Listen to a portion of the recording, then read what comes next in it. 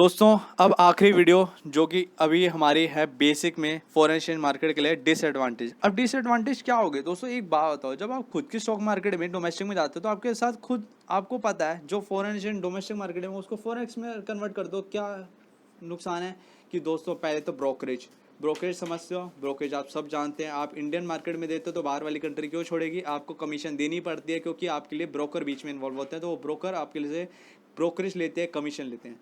ठीक है दोस्तों, इसमें रिस्क बहुत होता है। फॉरेन एक्सचेंज में आपका क्या रिस्क होता है, आप डॉलर में कर रहे हो डील, पाउंड में कर रहे हो, यूरो में कर रहे हो, तो आपका डेफिनेटली फॉरेन एक्सचेंज मार्केट बड़ा फ्लक्चुएट करता है। आज डॉलर का रेट 80 है तो कल 90 है, कल 65 है तो 55 है, तो ऐसे बहुत ऊपर नीचे होता है। तो आपका रिस्क रहता है कि आपका अगर डॉलर का रेट ज़्यादा बढ़ गया और आपके मान लो अगर लॉस हो गया तो आपको उतने पैसे और उतने जेब से और देने पड़ जाए। और इसके साथ आप एक वन मैन शो करते हो। क्यों वन मैन शो करते हो, क्योंकि आपका जो है खुद डिपेंड करते हो। आप स्टॉक मार्केट में डील करना आपका डिसीजन है, तो आपको ब्रोकर से आप डील करोगे कि भैया मेरे को किस कंपनी में इन्वेस्ट करना है।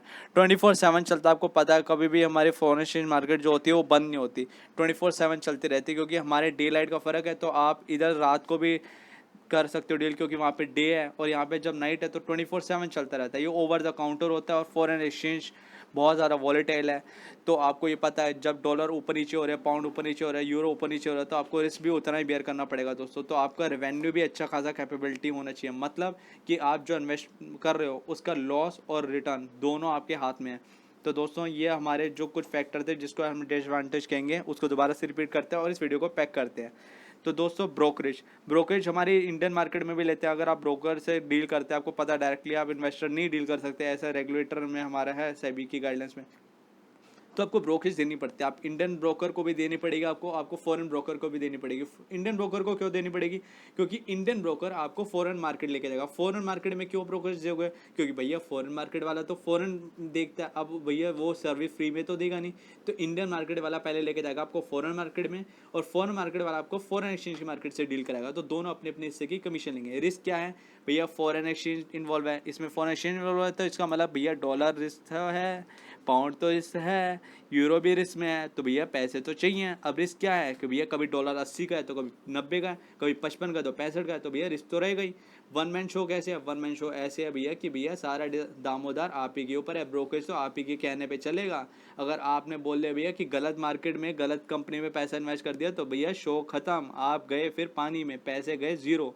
तो दोस्तों ये आपका शो है या वन मैन शो है। 24/7 का मतलब तो आप जानते हैं भैया, आप सो रहे हो स्टॉक मार्केट थोड़ा सो रही है, इसका मतलब क्या हुआ, स्टॉक मार्केट तो तब भी जाग रही है जब आप सो रहे हो, मतलब आप सो तब भी पैसा आपका रिटर्न कमा रहा है। इसका मतलब क्या हुआ कि भैया वॉरेन बफेट का आपने एक डायलॉग सुना होगा, वॉरेन बफेट एक बहुत बड़े हमारे स्टॉक मार्केट के किंग है ग्लोबल। तो वो क्या कहते हैं, अगर आप सोते समय पैसा कमा रहे हो तो आप तभी जिंदगी चला सकते हो। अगर आपके सोते समय भी पैसा नहीं कमा रहे तो आपकी ज़िंदगी पूरे दिन पूरी ज़िंदगी आप काम करते बिताओगे। तो वही बात है, आपके लिए एक एम्पल अपॉर्चुनिटी है फॉरेन एक्सचेंज मार्केट।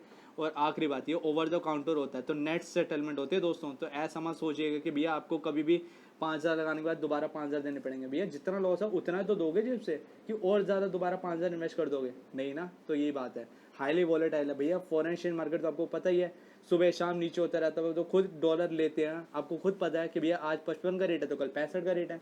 तो इस हिसाब से आपको वॉलेटाइल भी देख के चलना पड़ेगा, रिस्क उतना ही है जितना रिटर्न है। लेकिन ये नहीं कह रहा मैं कि भैया इससे पीछे हट जाओ।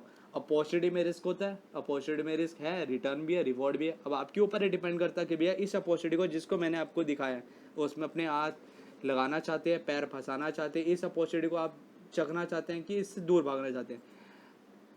आखिरी बात जो कि मैं आपको फाइनल इस चीज़ में कंक्लूड करूँगा बेसिक में, कि फॉरेन एक्सचेंज मार्केट आपने एक्सप्लोर नहीं भी किया तो इसका मतलब ये नहीं है कि आप एक्सप्लोर नहीं कर सकते।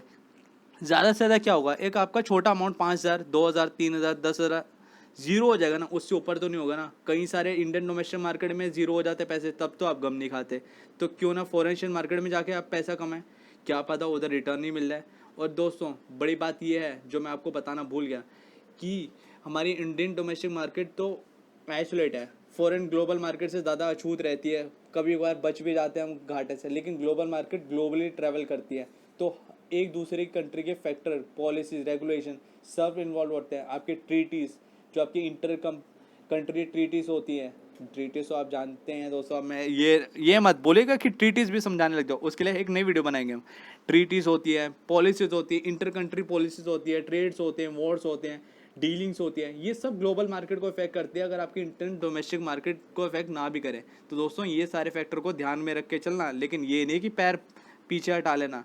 एक नई अपॉर्चुनिटी की तरफ हाथ बढ़ाओगे तभी तो पैसा कमाओगे, क्योंकि उम्मीद में तो किरण है। तो दोस्तों इस उम्मीद के साथ कि इस फॉरेन एक्सचेंज मार्केट के बेसिक को आप समझें और इसके बाद हम कैसे इन्वेस्ट कर सकते हैं, क्या चीज़ है, क्या स्पॉट होता है, क्या फॉरवर्ड होते हैं, फ्यूचर्स होते हैं, डेरिवेटिव होते हैं, और ये बहुत सारी ऐसी जो फाइनेंशियल टर्म है जो आपके सर के ऊपर से निकल आते हैं सुनने के बाद कि भैया है क्या चीज़, उसको डिस्कस करेंगे। तब तक इन वीडियो को शेयर करें, लाइक करें और मेरे चैनल को सब्सक्राइब करें, क्योंकि ऐसी वीडियो, ऐसी नॉलेज, ऐसी रिटर्न, ऐसे पैसे कमाने की अपॉर्चुनिटी कोई और नहीं देगा। एक्सेल तो बहुत सीख लिया दोस्तों, लेकिन फाइनेंशियल मार्केट भी तो सीखना है ना, पैसे भी तो कमाने हैं। ओके दोस्तों, मिलते हैं अगले वीडियो में।